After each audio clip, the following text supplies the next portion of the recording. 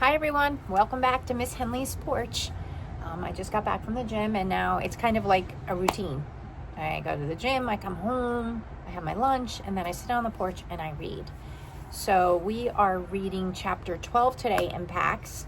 It is a long chapter, so I'm going to split it in half. This will be part 1 of chapter 12. We know that this is now from Peter's perspective, where Vola is going to kind of help him, teach him how to be stronger on those crutches so he can leave and get back to Pax. So let's dive in, shall we?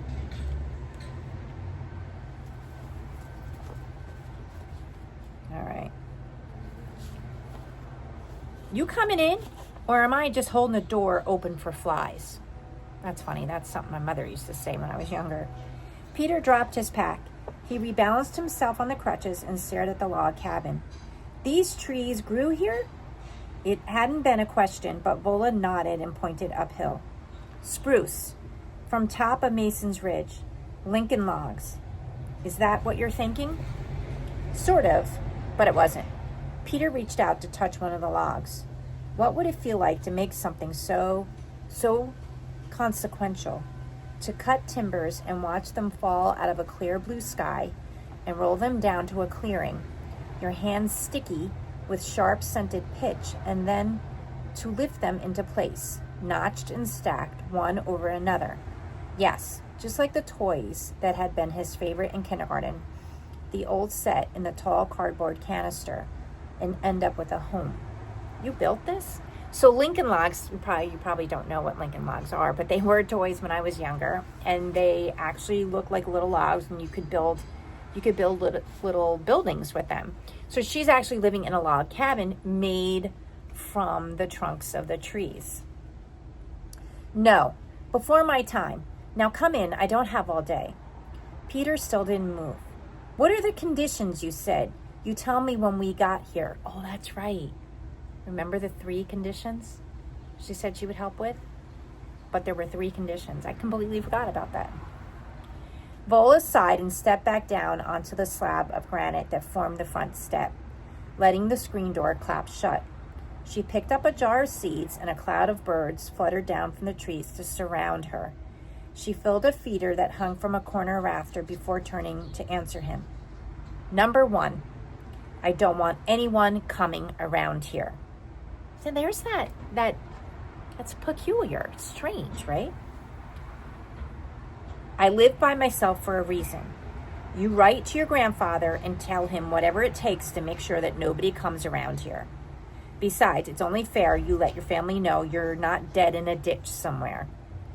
Peter reared back so fast that he almost toppled over. The pain that movement caused was searing, but he bit his lips. No, he'd come and get me. No.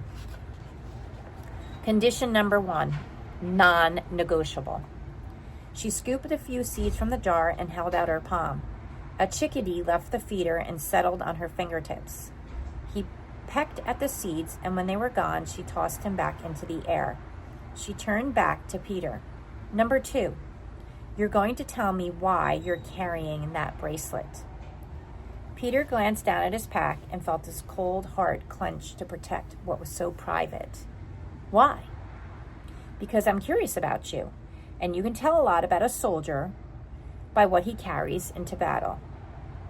Is that? I'm not a soldier. I'm just going home. Is that so? Besides, it sounds to me like you're headed off to fight for something in a place where there's a war. But have it your way. You're not a soldier. Condition number 2 is still this.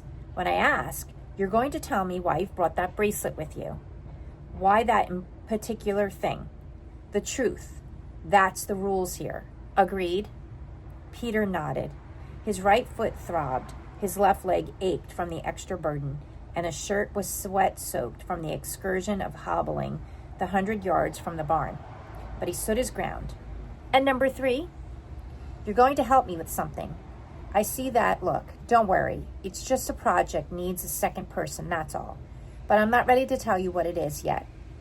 She picked up his backpack. Inside, it's time to get you off that foot. And I suspect you're hungry. Mr. Not exactly running away from home. No bat Peter. Suddenly, Peter was starving. Still, he hesitated. He pivoted to look at the hills, which the sun was lightening to smoky blue. Pax was out there. He was still so far away. Vola came up behind him. Peter sensed her raising a hand toward his shoulder and then letting it fall back. "I know what you're thinking," she said, "but you are not fit to go yet." And so we're going to stop there. Wow, this is a really long chapter. I guess maybe we'll keep going a little bit longer. So 3 conditions, right? Writing a letter to his grandfather, telling her about the bracelet, which we know belongs to his mother, and 3, she needs some sort of help with a project that she needs a second person for. Seems fair. Inside the cabin was bright and smelled faintly of smoke. Vola tapped a pine table and Peter sat. She draped a blanket over his shoulders and then left and came back with a plastic bag full of ice cubes. She propped his foot on a chair and wedged the ice bag against it. With a washcloth, she cleaned the blood from his hand. Finally, she passed him a cutting board with a loaf of bread and a knife on it. Peter put it down. "How long will it take?" "Depends on you." The woman pointed to the bread.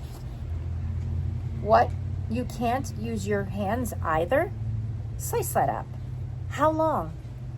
"You can go when you can hike over rough terrain on those crutches for 8 hours a day. 2 weeks, I'd guess. 6 slices."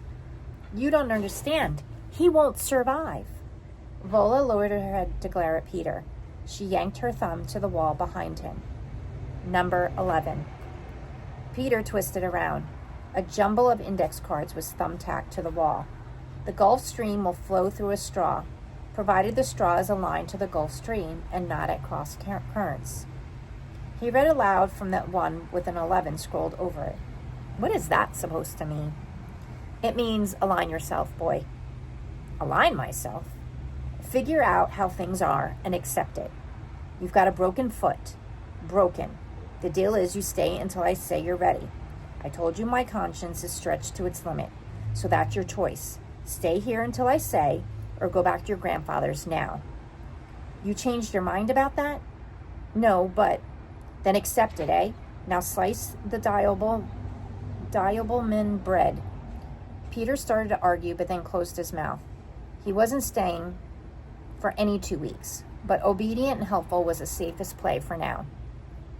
He ducked his head and set to work cutting 6 thick, even slices of bread, while Vola slapped a chunk of butter into an iron skillet and snapped it on a flame beneath it. Without turning around, she motioned to a shelf above the counter. "Pick yourself something." Canning jars stacked 3 deep gleamed like a rainbow of liquid jewels along the length of the shelf. Peter read the plain block letters on the labels. Cherries, plums, tomatoes, blueberries, apples, pumpkin, pears, green beans, beets, and peaches. Braids of dried garlic and chili peppers hung beside the shelf. "You grow all this?" Vola nodded, her back still to him.